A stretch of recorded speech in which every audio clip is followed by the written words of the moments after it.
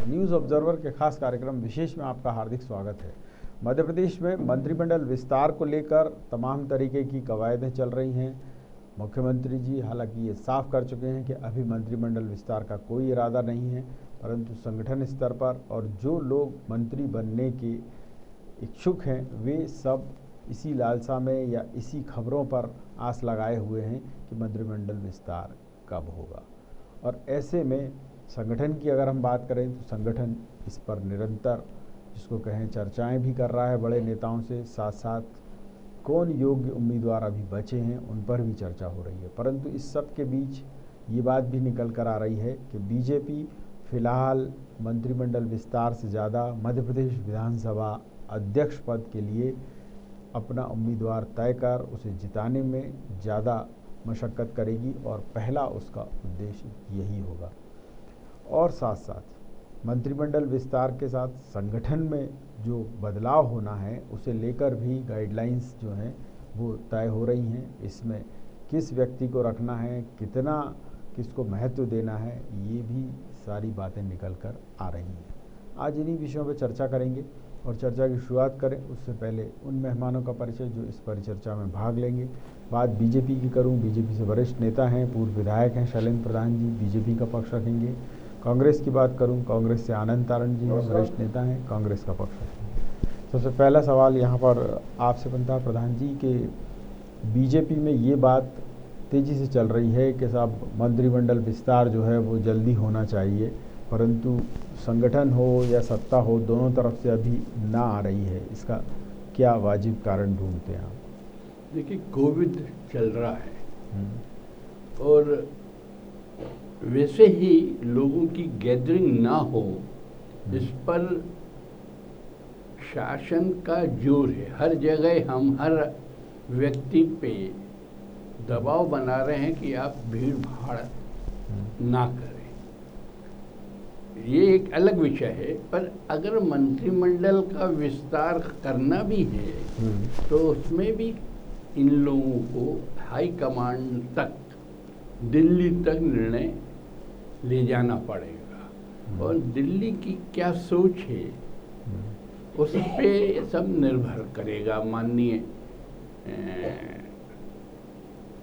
मोदी जी के मंत्रिमंडल का ही विस्तार नहीं हो रहा, हम देख रहे हैं, बहुत दिनों से खबरें हैं। तो इन सब परिस्थितियों में अगर कोविड को टालने की कोशिश हो रही है तो इसमें बुराई नहीं है, क्योंकि अगर जहाँ तक आपने भी बोला कि स्पीकर का चुनाव, तो निश्चित ही जो माननीय नए विधायक बने उनको शपथ दिलवानी है और जब उनके लिए असेंबली की गैदरिंग होगी तो स्पीकर और डिप्टी स्पीकर का चुनाव होना चाहिए। क्या कहते हैं, प्रोटेम स्पीकर बहुत लंबा नहीं रखा जाता, ऐसी परिपाटी है। बिल्कुल। और चूंकि दिसंबर के अंतिम सप्ताह में इस बात की चर्चा चल रही कि मध्य प्रदेश विधानसभा का शीतकालीन सत्र जो है वो बुला लिया जाए, या अभी जैसे जो भी डेट निकले उस पर चर्चा तो चली रही है।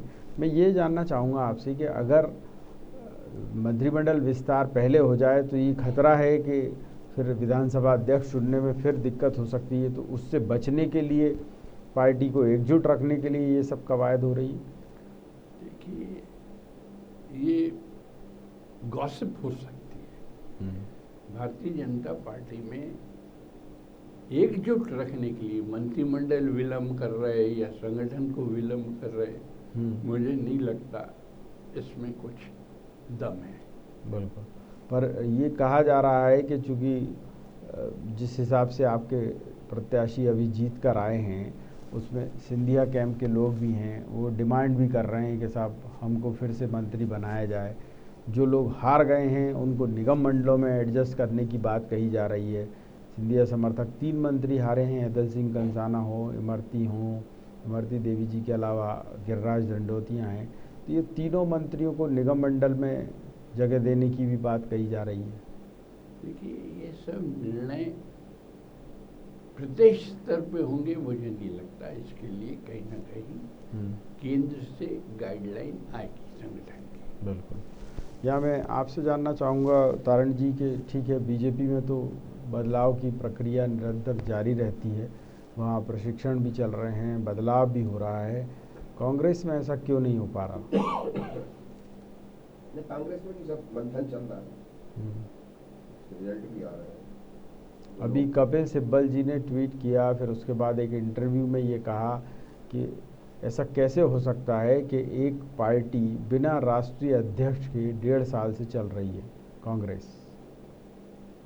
देखिए, ये तो CWC के अधीन है सब चीजें, अध्यक्ष का कब हो, लेकिन जो अभी व्यवस्था बदली है उसमें 3 समितियां बनाई गई और उन समितियों में कार्य विभाजन हुआ।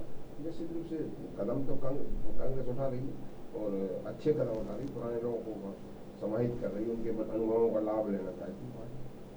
नहीं, पर वहाँ भी सिर फुटबॉल की स्थिति आ गई है। आप ही के नेता अधीर रंजन चौधरी ने कपिल सिब्बल पर निशाना साध दिया है कि अगर आपको लग रहा है कि कांग्रेस अच्छी नहीं है कपिल सिब्बल जी, तो नई पार्टी बना लीजिए। मतलब और भड़का रहे हैं या लोगों को एकजुट कर रहे हैं? देखिए, उन्होंने क्या बोला ये तो मेरी नॉलेज में नहीं है, लेकिन अगर उन्होंने बोला है तो ये चीज़ें बाहर नहीं आनी चाहिए, पार्टी फोरम के अंदर इन चीज़ों को रखना चाहिए।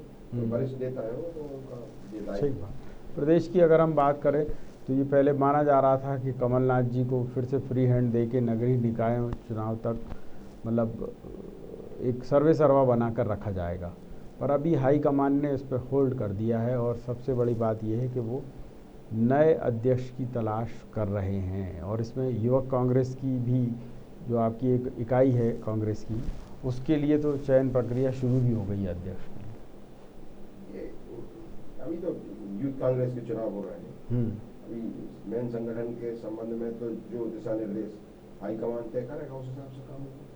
तो हाईकमान जो है ये जो अभी उपचुनाव में जो हार हुई है उसको देखते हुए कमलनाथ जी पे उतना भरोसा क्यों नहीं कर रहा है? अभी आप अपन ये कैसे बोलते हैं कि वो भरोसा नहीं कर रहे हैं? ये उनको बोला गया है, उन्होंने कहा था कि अभी हम अच्छे से अब विस्तार करके नई कार्यकारिणी बना लें, परंतु ऐसी स्थिति नहीं बन रही है। ये ऐसा अभी ये सब चीज़ें कोई ऑथेंटिक तो है नहीं, हवा में बहुत सारी चीज़ें चलती हैं, ये सब हवा वाली बातें हैं। बाकी अभी कमलनाथ जी दिल्ली में हैं, दिग्विजय सिंह जी दिल्ली में, वहाँ पर सभी तरह की चर्चाएं होंगी, सभी अच्छे बुरे परिणामों पर भी चर्चा होगी। नहीं, चर्चा तो अब लगभग हो गई, समाप्त भी हो गई, पर जिस तरीके की बात कही जा रही थी कि अब नगरीय निकाय चुनाव में भी कमलनाथ जी के चेहरे पर ही दांव खेला जाए, ऐसी स्थिति नहीं दिख रही है। अभी हम ये जो आप बोल रहे हैं, अभी ये कोई ऑथेंटिक बात नहीं है। चलिए, मैं यहाँ आपसे ये भी जानना चाहूँगा कि अब क्या प्रदेश कांग्रेस में भी इस बात की सुगबुगाहट शुरू हो गई है कि साहब बहुत हुआ, आप कमलनाथ जी को दरकिनार करो, नए व्यक्तियों को आगे लाओ? नहीं, ऐसा तो कुछ नहीं है। अब कुछ लोग भावावेश में बोल जाते हैं, कुछ लोग अपने आप को आगे प्रोजेक्ट करने के लिए बोल जाते हैं, निश्चित रूप से कहीं ना कहीं उनके ऊपर कार्रवाई होती है और ये सब चीज़ें भी परिलक्षित नहीं, पर डॉक्टर गोविंद सिंह हैं, वरिष्ठ नेता हैं और मंत्री रहे हैं कई बार, तो वो अगर बोल रहे हैं तो फिर तो मामला कुछ गड़बड़ है। अरे गोविंद सिंह जी ने अगर कोई बात बोली है तो निश्चित रूप से गंभीर व्यक्ति हैं वो, और उनकी बात पर ध्यान दिया जाएगा, ऐसा कुछ नहीं, लेकिन जो भी होगा सब सामंजस्य से होगा। चलिए, या प्रधान साहब, मैं आपसे ये जानना चाहूँगा कि अब राजनीति में जिस हिसाब से कहा जाए एक टर्न आ रहा है बीजेपी में, कि अभी तक तो बीजेपी के लोग ही थे, पर सिंधिया कैंप के लोग आने के बाद अब उनको एडजस्ट करना सही मायने में और उनको सही भाजपाई बनाना, ये आपके संगठन का दायित्व है। परंतु वो जिसको कहते हैं ना कि नई बहू आई है तो वो अपने अधिकार चाहती है और पुराने लोग उसको चाबी सौंपने को तैयार नहीं है। बड़ा आपने बड़ा कठिन प्रश्न पूछा है। ये हर परिवार में होता है कि जब नई बहू आती है तो पुरानी उसकी जेठानी कहीं ना कहीं चिमटी कोटती रहती है, तो निश्चित ही पर धीरे धीरे सामंजस्य बैठ जाता है। ये हम सबने, ये व्यवहारिक पक्ष है, जो सिंधिया पक्ष के लोग आए हैं वो निश्चित ही हर बात पर माननीय सिंधिया जी की तरफ नज़र उठा के देखते हैं, ये भारतीय जनता पार्टी है, इसमें नेता प्रमुख तो होते हैं, पर हर नेता का अपना गुट नहीं होता। संगठन बड़ा है, संगठन का वजन ज़्यादा होता और उसका हस्तक्षेप हर स्तर पर होता है। तो ये अगर वो ये सोच रहे हैं कि माननीय सिंधिया जी के कहने से ही उनको मंत्री पद मिल जाएगा या अध्यक्ष बन जाएंगे, मुझे ऐसा लगता है इसमें उनको सोच में अपनी सुधार लाना पड़ेगा। बहुत बढ़िया। और अभी जिस तरीके से आपने ट्रेनिंग प्रोग्राम शुरू किए, उसमें भी अब उनको अटपटा तो लग ही रहा है, पर आपके प्रदेश अध्यक्ष हों BD शर्मा जी, उन्होंने भी साफ कह दिया है कि भाजपा में रहना तो उसी रीति नीति के हिसाब से काम करना पड़ेगा। तो ऐसे में आपको लगता है कि ये लोग और लंबे चल पाएंगे, या वहाँ से भी टूट के कहीं और ना चले जाएं, या अगली बार कुछ और ही नज़ारा आ जाए सामने? देखिए, जब वो रंग हमारे उसमें रस बस जाएंगे, ढल जाएंगे, तो उनका सोच बदल जाएगी। उसका इंतज़ार तो निश्चित ही करना पड़ेगा। पर अक्सर ये देखा गया है कि जो लोग कांग्रेस से हालिया 10 वर्षों में अगर बीजेपी में आए, 10 या 15 वर्षों में, उनकी स्थिति बहुत अच्छी नहीं रही है बीजेपी में, चाहे प्रेम नारायण ठाकुर हों या चौधरी राकेश सिंह हों। ये ऐसे मतलब उदाहरण रहे हैं कि जिनका अनुभव बहुत अच्छा नहीं रहा। इवन बालेंदु शुक्ल भी जो है अंतिम समय में तो फिर से वापस ही, जिसको कहें, अब कांग्रेस की तरफ ही मूव कर गए। देखिए, ऐसा इंगित करके इन्हीं 2-3 नामों पे अगर आप देखें तो बीजेपी के भी पुराने लोग जो कभी कैलाश चावला होते थे, हिम्मत कोठारी होते थे, अगर माननीय विक्रम वर्मा जी को देख लें, तो कई लोग होते हैं जो समय के साथ कुछ आगे हो जाते हैं, कुछ पीछे हो जाते हैं। तो ये तो एक निरंतर प्रक्रिया है। तो मतलब जो सोच के आते हैं कि नहीं अब कांग्रेस से छोड़कर आए तो बीजेपी हाथों हाथ लेगी, वैसी स्थिति नहीं रहती। नहीं, शुरू में नई दुल्हन का जितना स्वागत सत्कार होता है, बाद में तो उसको भी वही चूल्हा चक्की करना पड़ेगी। हाँ, मतलब वास्तविकता से जल्दी ही रूबरू हो जाते हैं वो लोग जो भी हैं, या आप लोग करा देते हैं? ये आपने प्रश्न को नया ट्विस्ट दे दिया है। देखिए, वस्तु स्थिति से वो स्वयं अवगत हो जाते हैं। बिल्कुल। या मैं आपसे जानना चाहूँगा तारण जी कि कांग्रेस छोड़ के लोग भाग रहे हैं, और आपका संगठन तो खैर उन्हें रोकने की कोई जिसको कहें पहल ही नहीं करता, और कह देता है ठीक है ये तो गद्दार हैं, या इनका मन ही नहीं था, या ये डेपुटेशन पे थे। आपको नहीं लगता कि कांग्रेस धीरे धीरे करके अब कमज़ोर होती जा रही है? अच्छे चेहरे, दमदार चेहरे एक एक करके आपके यहाँ से हटते जाएंगे, तो कांग्रेस तो कमज़ोर होगी उससे। देखिए प्रकाश जी, कांग्रेस पे हमेशा आज़ादी के बाद कई बार प्रहार हुए, और जब भी प्रहार होते हैं कांग्रेस निश्चित रूप से कमज़ोर होती है, लेकिन जब उठ कर खड़ी होती है तो फिर और ज़्यादा ताकत के साथ फिर मैदान में आती है और जनता का विश्वास हासिल करती है। आने वाले समय में आपको ये सब चीज़ें परिलक्षित होंगी, देखने को मिलेंगी, और धरातल पे आएंगी। नहीं, पर अब नेताओं में आपसी जिस तरीके की विवाद की स्थिति बन रही है कि कपिल सिब्बल अगर कोई बात कह रहे हैं, या उन्होंने जो 2 दर्जन लोगों ने चिट्ठी लिखी जिसमें मध्य प्रदेश के अजय सिंह जी का भी नाम था, राहुल भैया का, तो गलत क्या किया? संगठन को तो उन्होंने सही, जिसको कहें, नज़र से ही दिखाने की कोशिश की, पर संगठन या बड़े नेता आपके समझने को तैयार ही नहीं है।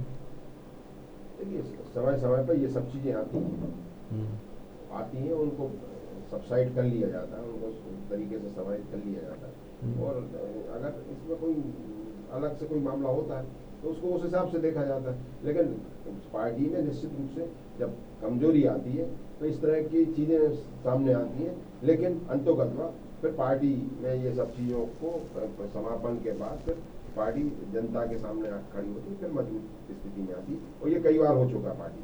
नहीं, पर अभी आपने देखा कि कुछ लोगों ने जो सही बात करी आपके संगठन में, तो आपने उन नेताओं को ही पार्टी से बाहर कर दिया, कल ही 2 आपने प्रवक्ताओं को बाहर किया।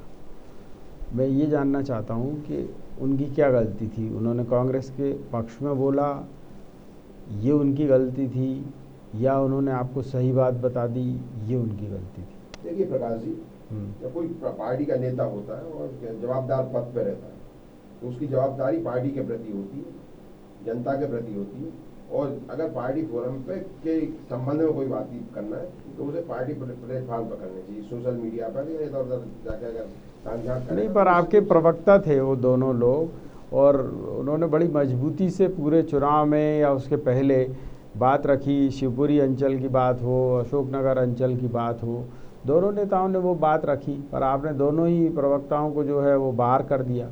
अब आप पर ये भी ठप्पा लग रहा है कि जो लोग आप निकाल रहे हैं वो या तो ज़्यादातर ब्राह्मण हैं या इस तरीके के हैं जो कांग्रेस में एडजस्ट नहीं हो पा रहे हैं, या फिर आप उनको चाहते नहीं? ये आरोप तो बहुत निराधार आरोप है, और कांग्रेस में जाति पाति का बंधन नहीं है। कांग्रेस में पूरा सबका सम्मान है, और कांग्रेस में तो हमेशा से जो प्रातः स्मरणीय ब्राह्मण समाज के लोग सबसे हमेशा उन्हें सम्मान मिला है। तो ये सब तो बेईमानी की बात है। तो ये दो प्रवक्ताओं में से एक को क्यों आपने इसी आधार पर निकाला? क्या किस आधार पर निकाला? कि ये प्रातः स्मरणीय थे इसीलिए इनको बाहर करो? प्रातः स्मरणीय थे इसलिए निकाला नहीं है। तो उनने कहीं ना कहीं कुछ अवज्ञा की होगी पार्टी के संवैधानिक। नहीं, अवज्ञा किया कि उन्होंने सिर्फ प्रदेश नेतृत्व से ये कहा कि भाई आप अपनी समीक्षा करिए कि ऐसे आपने जो सर्वे के आधार पर टिकट दे दिए, जो मूल कार्यकर्ता था शिवपुरी अशोकनगर इलाके का या ग्वालियर चंबल संभाग की बात हम कर लें, उसको आपने इग्नोर करते हुए एक निजी एजेंसी के आधार पर आपने लोगों को टिकट दे दिए। तो अब उसने इतनी ही बात कही, 2 लोगों ने तो अपना सिर ही घुटा लिया। आपको पता होगा अशोकनगर में कांग्रेस के ही 2 कार्यकर्ता हैं रघुवंशी समाज के, उन्होंने तो सिर घुटवा लिया। और क्या कहा उन्होंने ये कहा कि साहब पार्टी हार गई और उसके लिए हम मानते हैं कि गलती हमारी है। ठीक है ना, उन्होंने अपनी गलती मानी, लेकिन जब हम पार्टी की बात को सामने मीडिया में रखें या सोशल मीडिया के माध्यम से लेके आए और वो जवाबदारी वाली पोस्ट में, जैसे मैं भी प्रवक्ता हूँ, और अगर मैं पार्टी की लाइन से अलग हट के कोई बात करता हूँ तो निश्चित रूप से इसमें अगर पार्टी ने कार्रवाई की है तो क्या गलत की है। दूसरा ये कि हम जैसे लोग जो प्रवक्ता हैं या जो भी जवाबदारी महामंत्री पोस्ट पे है, किसी पोस्ट पे, उनका नैतिक कर्तव्य है कि अगर कोई गलती चूक हो रही है पार्टी से या हमारे वरिष्ठ नेताओं से कोई गलती हो रही है तो उन अवगत कराएं। तो वहाँ तक तो उनकी पहुँच है, वो उनसे चर्चा कर सकते हैं, उनको लिखित में भी दे सकते हैं। जो आपने शर्मा को निकाला है वो तो मिल ही नहीं सकता कमलनाथ जी से। ये तो कहने को प्रवक्ता है, सुन तो लीजिए। उन्होंने ये चीज़ कही कि भाई ये टिकट गलत बांट दिए, इसकी वजह से कई जगह तो बेवजह हार गए हैं। भाई महेंद्र बौद्ध को अगर आप टिकट दे देते फूल सिंह बरैया की जगह, जो आपकी पार्टी के कार्यकर्ता नहीं थे, तो आप भांडेर सीट जीत सकते थे। तो इसमें गलत क्या कहा उन्होंने? प्रकाश जी, मैं आपसे बार बार एक ही बात बोल रहा हूँ और आप बार बार उसी बात पे लेके आ रहे हैं। मैं आपसे एक बात बोल रहा हूँ, ये सब बातें अगर उन्हें कहीं जवाबदारी दी थी ग्वालियर अंचल की तो उन्हें आकर पार्टी हाईकमान से बात करनी चाहिए। पार्टी के अध्यक्ष सुने तो सही कोई नहीं, ऐसा नहीं, कमलनाथ जी से सब मिल सकते हैं और वो भी बराबर मिल सकते थे, और बराबर हमने देखा है उनको कि हमसे ज्यादा वो कमलनाथ जी के आसपास देखे गए। तो निश्चित रूप से कहीं ना कहीं अगर उन्होंने गलती की है तो अगर पार्टी ने कार्रवाई की है तो आगे पीछे वो तो आगे चल के ये संदेश भी आप देना चाहेंगे कि कोई भी आदमी यहाँ पर खुल के बोल नहीं सकता, जिसको भी बोलना है कान में आके बोले, ऐसा नहीं? देखिए प्रकाश जी, हाँ। एक जो राजनीतिक पार्टी है उसका ईमानदारी से जो कार्य करता है, जो पार्टी के हित में काम करना चाहता है, उसका काम ये नहीं है कि प्लेटफॉर्म पर आकर कोई बात करे, सोशल मीडिया के सामने वाले या मीडिया के सामने आकर बात करे। उसका नैतिक कर्तव्य है कि पार्टी के फोरम पे बात करे, अध्यक्ष से बात करे, या जो जवाबदार आदमी उनके सामने अपनी बात को रखे,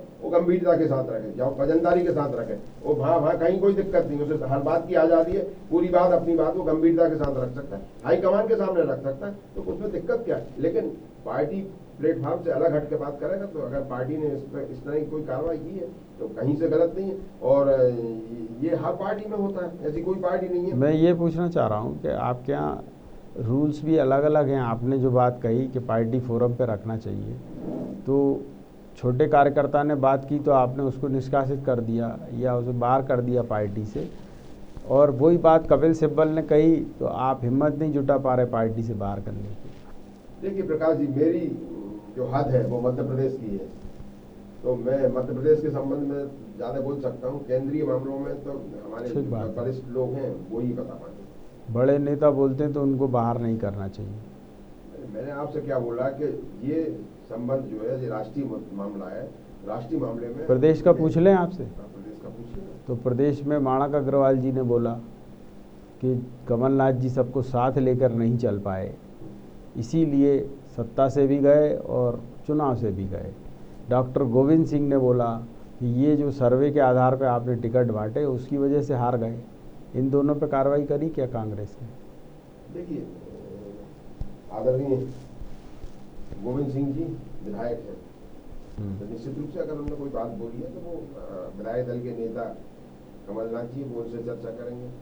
नहीं, अभी आपने कहा फोरम पे उठाना चाहिए, तो फोरम पे तो नहीं आई बात कर ली होगी उनने। जहाँ तक मानक भाई की बात है, मानक भाई अभी कोई पद पे नहीं है, जो कार्यकर्ता है उसे तो पूरा अधिकार रहता है, और वरिष्ठ नेता है मानक भाई, पार्टी के बोल सकते हैं, लेकिन कोई संवैधानिक पार्टी के पद पे नहीं है। पर उन्होंने भी सही बात बोली ना माणक जी ने। लेकिन जो मैंने अभी आपसे दो बातें बोली, मैंने ये बोला कि जो पार्टी के पद पे हो, महामंत्री के पद पे हो या प्रवक्ता के पद पे हो, आपने ही बोला ना, तो उनका वो डायरेक्ट जब मिल रहे हैं, उन्हें पार्टी पद दे रही, उन्हें अपनी बात पार्टी। डॉक्टर गोविंद सिंह जी भी इसी तरीके से एक बड़े पद पर हैं इस समय, और सबसे बड़ी बात यह है कि वो पूर्व मंत्री भी हैं, कमलनाथ जी के सहयोगी भी रहे हैं, और वो बात कह रहे हैं, तो उनके लिए आप मौन साध लेते हैं क्योंकि बड़े नेता हैं, और ये छोटा सा प्रवक्ता है तो उन्होंने कहा इसको तो हाँ बाहर करोगे लगे इसको। नहीं, हमने सब किसी के बारे में कोई ऐसी बात नहीं बोली गलत निकलने। मैंने ये बोला कि तो आज नहीं कल नहीं परसों वो वापस आएंगे, वो अपना कहीं जो गलती है उसको मानेंगे और पार्टी के सामने जाएंगे और अपनी बात को रखेंगे। एक और गोविंद सिंह जी की बात है या मानक भाई की बात है, ये दोनों वरिष्ठ नेता है, उनसे आदरणीय कमलनाथ जी, दिग्विजय सिंह की चर्चा करेंगे और जो भी उसका। एक और आपके पिछड़ा वर्ग प्रकोष्ठ के राज्य के संयोजक हैं आज़ाद सिंह डबास जी, वो पहले ही कांग्रेस छोड़ चुके, आपने अब उनको निष्कासन कर दिया। वो कह रहे हैं ऐसी पार्टी में मैं रहना ही नहीं चाहता जिसमें बात ही सुनने वाला कोई नहीं हो। वो प्रदेश के प्रांत के संयोजक हैं आज़ाद सिंह डबास, रिटायर्ड IAFS। आप ही ने उनको प्रांतीय संयोजक बनाया पिछड़ा वर्ग प्रकोष्ठ का, और वो ये बता रहे हैं कि एक बार भी कमलनाथ जी से मुलाकात नहीं हुई। किसको बताएं वो अपना दुख और किसको बताएं समस्या? ऐसा प्रकाश जी, अब फोन कब मिला नहीं मिला ये तो मेरी नॉलेज में नहीं, ये उन्हीं का ही बयान है। हम तो आपसे उनका बयान है, जब आदमी चला जाता है पार्टी छोड़ के या पार्टी उसे हटा देती है तब इस तरह की बातें आती हैं। पार्टी के बैनर पे अगर वो उस समय उनसे चर्चा कर, उस समय भी बोला उनने, हमारे स्टूडियो में आके ही बोला कि मैंने तो ऐसी पार्टी नहीं देखी जिसमें सरकारी दफ्तरों की तरह काम होता है। 11 बजे लोग खोलते हैं ऑफिस, 5 बजे घर चले जाते हैं, आते ही नहीं आधे से ज़्यादा पदाधिकारी। तो ये उन्होंने खुद हमारे चैनल पे बोला।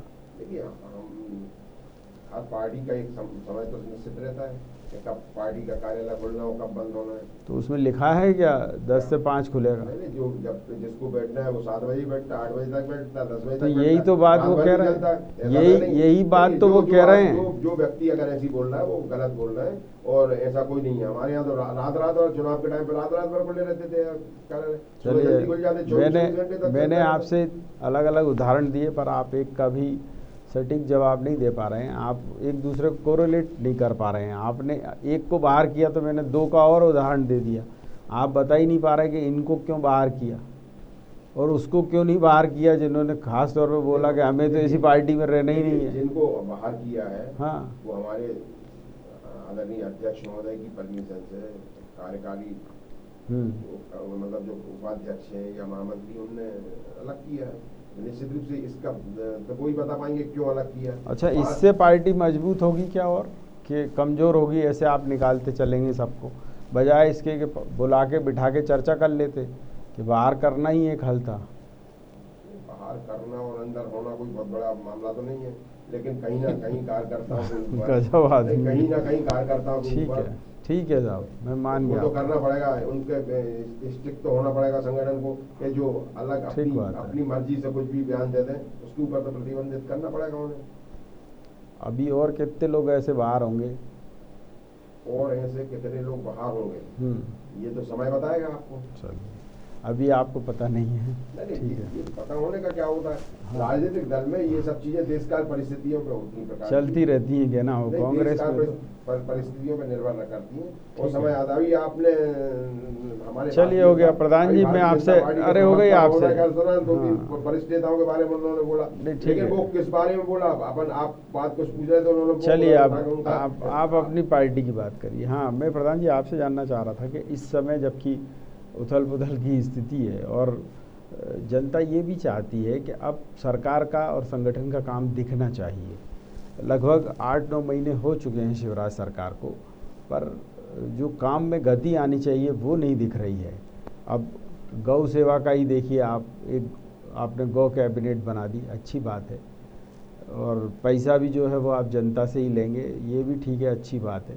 पर क्या ईमानदारी से वहाँ काम हो पाएगा? इसमें लोगों का भला हो पाएगा? और ख़ास तौर पर वो जो गायों के लिए ये प्रोजेक्ट चलाया गया है, इसमें कोई डेडलाइन हो पाएगी कि नहीं साहब?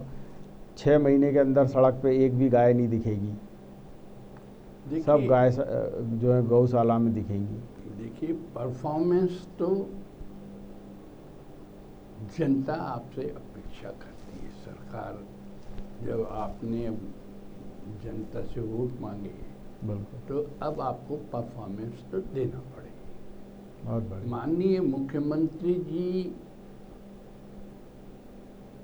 बहुत अच्छा विचार लेके चल रहे हैं, पर पूरी ब्यूरोक्रेसी के साथ नीचे तक का कर्मचारी उसी भाव के साथ काम करे और करे। उसके लिए उनको क्या मोटिवेशन देना है या क्या दंड देना है, दोनों अनिवार्य है। आप मोटिवेट भी करिए और आवश्यक हो तो दंड भी दीजिए, पर परफॉर्मेंस अगर नहीं आएगी तो जनता आपको माफ नहीं करेगी। बहुत बढ़िया बात आपने कही है, और बीजेपी संगठन की लेकिन एक बात यही है रीति। अरे हो गई, टाइम नहीं है मेरे पास, समय ही कमी है। वो आयोग बना नहीं, आप, मेरे पास समय नहीं है अभी। और गो के संबंध में टैक्स की पहले बात कर ली सरकार ने, तो मतलब जनता के ऊपर किस तरह से आपको पता है क्या? नहीं करी। अब आपको पता है, अब सुनिए तारण जी, अगर आपने ये सवाल उठाया तो मैं आपसे पूछ लेता हूँ। कमलनाथ सरकार ने ही ये टैक्स का प्रावधान किया था, अब कुछ कहेंगे? कमलनाथ सरकार ने कुछ कहेंगे इस पर? नहीं, कमलनाथ सरकार ने करके दिखाया था, इसके बाद टैक्स की कुछ धरातल पे कुछ नहीं है, और टैक्स की बात पहले करने लगी। ये आपकी कमलनाथ सरकार ने तो काम करके दिखाया, और कमलनाथ जी ने जो काम, सारी गाय हट गई थी सड़क से, कमलनाथ जी ने हटवा दिया था। कमलनाथ जी ने, दिग्विजय सिंह जी ने ये व्यर्थ में ट्वीट किया था कि साहब अभी भी गाय सड़कों पर बैठी हुई है, ये कमलनाथ जी के लिए ट्वीट किया था उन्होंने। मैं आपसे क्या बोल रहा हूँ कि इसके बाद भी उन्होंने करा था। चलिए, अब बहस का समय नहीं है मेरे पास। कुल मिला के स्थिति यही है कि बीजेपी संगठन इस समय सत्ता पर नकेल भी कसे हुए है, साथ साथ उसकी हर गतिविधि पर भी उसकी नज़र है। दूसरी ओर कांग्रेस की अगर हम बात करें तो निसंदेह मंथन का दौर जारी है। अब इस मंथन में से कहाँ कितना विष निकलता है, कितना अमृत निकलता है, ये तो संगठन वाले जाने, परंतु फिलहाल ऐसा लगता नहीं कि कोई भी विष पीने को तैयार हो।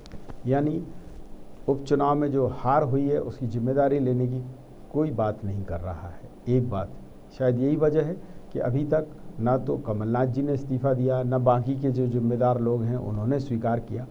पर आम कांग्रेसी कार्यकर्ता ये जानना चाह रहा है कि संगठन में कब चुस्त दुरुस्त होकर अच्छे लोगों को महत्ता मिलेगी। न्यूज़ ऑब्जर्वर के खास कार्यक्रम विशेष में इतना ही, लेकिन यहाँ बेबाक खबरें निरंतर जारी रहेंगी। आप देखते रहिए न्यूज़ ऑब्जर्वर यानी सिर्फ खबर।